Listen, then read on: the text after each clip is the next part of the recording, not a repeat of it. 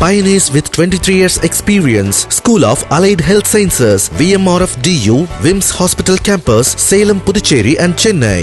சென்னையில் கார் பள்ளத்தில் விழுந்த விபத்து தொடர்பாக குடிநீர் வாரியம் மற்றும் நெடுஞ்சாலைத்துறை அதிகாரிகள் ஆய்வு நடத்தி வருகின்றனர். இதுகுறித்து நமது செய்தியாளர் சாந்தகுமார் வழங்க கேட்கலாம் கூடுதல் தகவல்களை. சாந்தகுமார், நீங்க இப்ப விபத்து நடந்த பகுதியில தான் இருக்கீங்க. நல்வாய்ப்பாக இந்த விபத்துல யாருக்கும் எந்த பாதிப்பும் ஏற்படல அப்படிங்கிறது ஒரு ஆறுதலான செய்தி.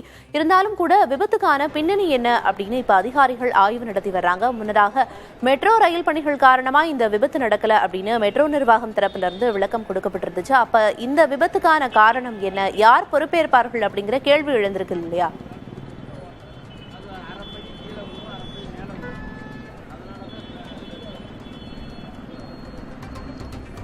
சென்னை தரமணி டைட்டில் பார்க் சந்திப்பில் நேற்று மாலை 5:45 மணியளவில் சோழிங்கநல்லூரிலிருந்து சென்ட்ரல் செல்வதற்காக வாடகை கார் ஒன்று 4 பேரை ஏற்றிக்கொண்டு, அதாவது விக்னேஷ் ஐடியில் பணிபுரியக்கூடியவர், இவர் கேரளா செல்வதற்காக ரயில் மூலமாக செல்வதற்காக சென்ட்ரல் பயணம் மேற்கொள்ள வாடகை கார் மூலமாக சென்றபோது இந்த விபத்து நேரிட்டது. இந்த டைட்டில் பார்க் சந்திப்பில் வாகனத்தை நிறுத்தி நின்று கொண்டிருந்திருக்கிறார். அதற்கு முன்பாக பேருந்து ஒன்று நின்று கொண்டிருந்திருக்கிறது. இந்த பேருந்து சிக்னல் போட்டவுடன் முன்னேறி சென்றவுடன் இவரும் இங்கிருந்து செல்வதற்கு முயற்சி செய்தவுடன் அந்த சாலையில் திடீரென பக்கவாட்டில் பள்ளம் ஏற்பட்டு கார் முழுவதுமாக இந்த பள்ளத்தில் சிக்கியது. கிட்டத்தட்ட 15 அடி அகலத்திலும் 15 அடி ஆழத்திலும் இந்த பள்ளம் இருக்கக்கூடிய காட்சிகளை ஒளிப்பதிவாளர் அஸ்வின் நம்மிடையே காட்டிக் கொண்டிருக்கிறார். கார் இந்த பள்ளத்தில் விழுந்தவுடன் உடனடியாக இங்கு இருக்கக்கூடிய பொதுமக்கள் இந்த காரில் இருந்தவர்களை காரின் கதவை திறந்து உள்ளே இருக்கக்கூடிய 4 நபர்களையும் மேலே தூக்கி அவர்களை மீட்டனர். அதனால் அவர்கள் சிறு சிறு சிராய்ப்பு காயங்களுடன் உயிர் தப்பினர்.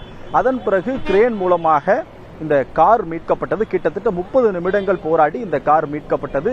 இந்த பள்ளத்தினால் வேறு யாருக்கும் பாதிப்பு ஏற்படக்கூடாது, போக்குவரத்தில் சாலையில் செல்லக்கூடிய வாகனங்களும் சிக்கக்கூடாது என்பதற்காக காவல்துறையினர் உடனடியாக இந்த பள்ளத்தை சுற்றிலும் தடுப்புகளை ஏற்படுத்தி பாதுகாப்பு அரண் அமைத்தனர். அதே போல காவல்துறையினர் தொடர்ச்சியாக இரவு முழுவதும் பாதுகாப்பில் ஈடுபட்டு இந்த பள்ளம் எதற்காக ஏற்பட்டது என்பதை ஆய்வு செய்வதற்காக நெடுஞ்சாலைத்துறையினர் அதே போல குடிநீர் வழங்கல் வாரிய அதிகாரிகளும் சம்பவ இடத்தில் ஆய்வு மேற்கொண்டனர். மெட்ரோ ரயில் நிர்வாகம் இந்த பள்ளம் ஏற்பட்ட இடத்திலிருந்து 300 மீட்டர் தொலைவில் தான் மெட்ரோ பணிகள், ரயில் பணிகள் நடைபெறுவதாக தங்களுடைய பணிக்கும் இந்த பள்ளத்திற்கும் எந்த சம்பந்தம் இல்லை என்று நேற்றைய தினம் தெரிவித்திருந்தார்கள்.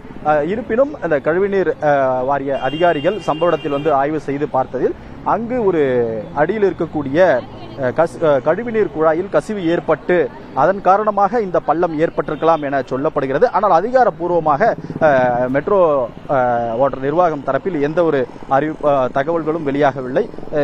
இந்த கழிவுநீர் குழாயில் ஏற்பட்ட கசிவினை சரி செய்யும் பணியில் தற்பொழுது அதிகாரிகள் ஈடுபட்டு வருகின்றனர். அந்த காட்சிகளை நம்மால் பார்க்க முடிகிறது. கிட்டத்தட்ட பல ஆண்டுகளுக்கு முன்னதாக இந்த கால்வாய் அமைக்கப்பட்டதாக சொல்லப்படுகிறது. இந்த கால்வாயில் ஏற்பட்ட கழிவின் காரணமாக இந்த சாலையில் பள்ளம் ஏற்பட்டிருக்கலாம் என கருதப்படுகிறது.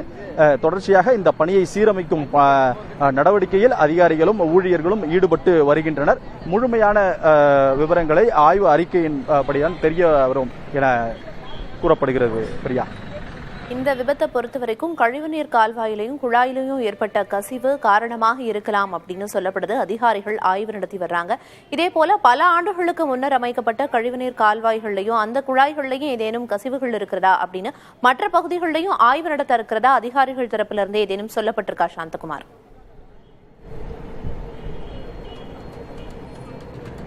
குறிப்பாக பல ஆண்டுகளுக்கு முன்னதாக போடப்பட்ட கழிவுநீர் குழாய்கள் பலவீனமாக ஆகியிருக்கிறது. காரணம், இந்த OMR சாலையில் நெடுஞ்சாலைத்துறை பணி நடைபெற்றது. நெடுஞ்சாலைத்துறையின் சார்பாக பாலங்கள் கட்டப்பட்டது. அதே போல மெட்ரோ ரயில் நிர்வாகம் சார்பில் மெட்ரோ ரயில் பணிகளும் தொடர்ச்சியாக நடைபெற்று வருகிறது.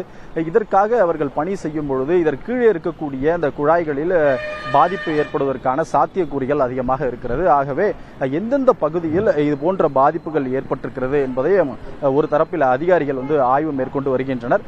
இந்த பள்ளத்தை பொறுத்தவரையில் அதிகபட்சமாக இந்த குழாயில் ஏற்பட்ட கசிவின் காரணமாக ஏற்பட்டிருக்கலாம் என்பது முதற்கட்ட தகவலாக தெரிய வந்திருக்கிறது. பிரியதர்ஷினி, சென்னையில சாலையில் பள்ளம் ஏற்பட்டு கார் கவிழ்ந்து விபத்து நேரிட்டது. விபத்திற்கான பின்னணி காரணம் என்ன அப்படின்னு அதிகாரிகள் ஆய்வு செஞ்சுட்டு வர்றாங்க. இனிவரும் காலங்களில் இது போன்ற விபத்துகள் நடக்காமல் இருக்கும் வண்ணம் முன்னெச்சரிக்கையாக நடவடிக்கைகள் ஏற்படுத்தப்படும் அப்படின்னு எதிர்பார்க்கலாம். களத்திலிருந்து தகவல்களை வழங்கியதற்கு நன்றி சாந்தகுமார்.